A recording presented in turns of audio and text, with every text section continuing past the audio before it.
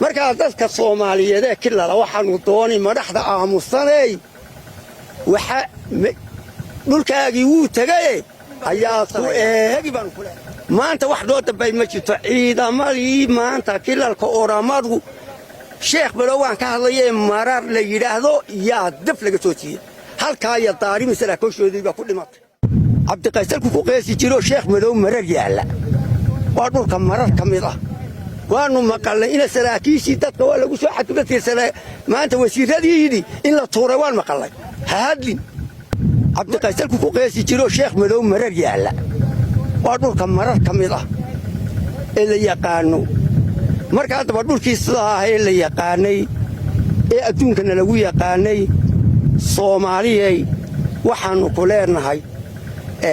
dhulkii tan iyo hera iyo hawaas badan gaadhinabay wixii oo dhan waa la soo qaatay hawaasta soo qaatay aw dhulkeedii Soomaali baan la hadlayaa kilalow dhulkaagii intii u dambaysay la haystaa intii ugu dambaysay beega la isku haystaa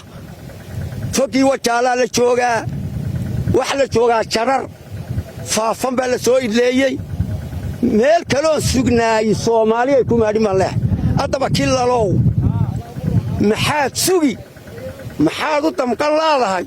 maxaad Soomaali u arki laadahay degmada Tulli Guuleed mayna Soomaali kamid ahay maxaana loogu eegayaa Soomaali haday tahay dhibka ay ciidamada oramadu ay ku soo shubayaan meesha marar la yiraahdo iyo halka iyo daarimi dalka oy meydkoodii maanta ciidamada saraakiil laga qabtay adaba dawladda kilalka iyo Soomaali waxaanu u baaqaynaa oo dhammaan gaarsiinaynaa dadkii Soomaaliyeed inuu tagayo adaba dalka Soomaaliyeed wax u damqala oo dalkiisa iyo dadkiisa u damqala meel la yahay Soomaali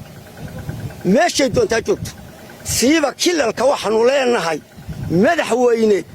adigoo idaacadaha ka hadlaya kuma arkayno adigoo dalkaaga ka damqanaya kuma arkayno halkaa iyo canfartii halkaa iyo Nageyle halkaa iyo Jina Mooyaale dhulkiis Dhoomaale waxaasoo halkaa iyo Tulli intii soo dhaaftay maanta taagan tahay Tulli Guuleed oo wajaal ku taalato wajaal qolabkii u dambeeyay maanta dhulkii biicabka ahaa ee ka cabayna inay oramiya 400 milyan tay ku bixisa dhulkii la wareegtay damaxsantahay annagu waan ka dhiidinay itaalkayagii waan dhiidinay intaan ordi karaynana waan orodnay markaa dadka Soomaaliyeed ee kilala waxaanu doonay madaxda aamusanay waxa dhulkaagii wuu tagay ayaa ku eegi baan ku leenahay iyaga waxa uu halgamaya kilalka oramada annaga maxay daba Soomaali noogu damqan laadahay saraakiisha hadasha maxaa loo xidhxidhaya waanu maqalnay in saraakiishii dadka waa lagu soo xadgudubtay maanta wasiiradii in la tuuray waan maqalnay hadlin markaa dabaano waxaanu leenahay Soomaaliyay geeriyow dhulka iskaga soo bax waa la qaatay iyo maahe waa dhul Soomaaliyeed waynu ku wada dhiman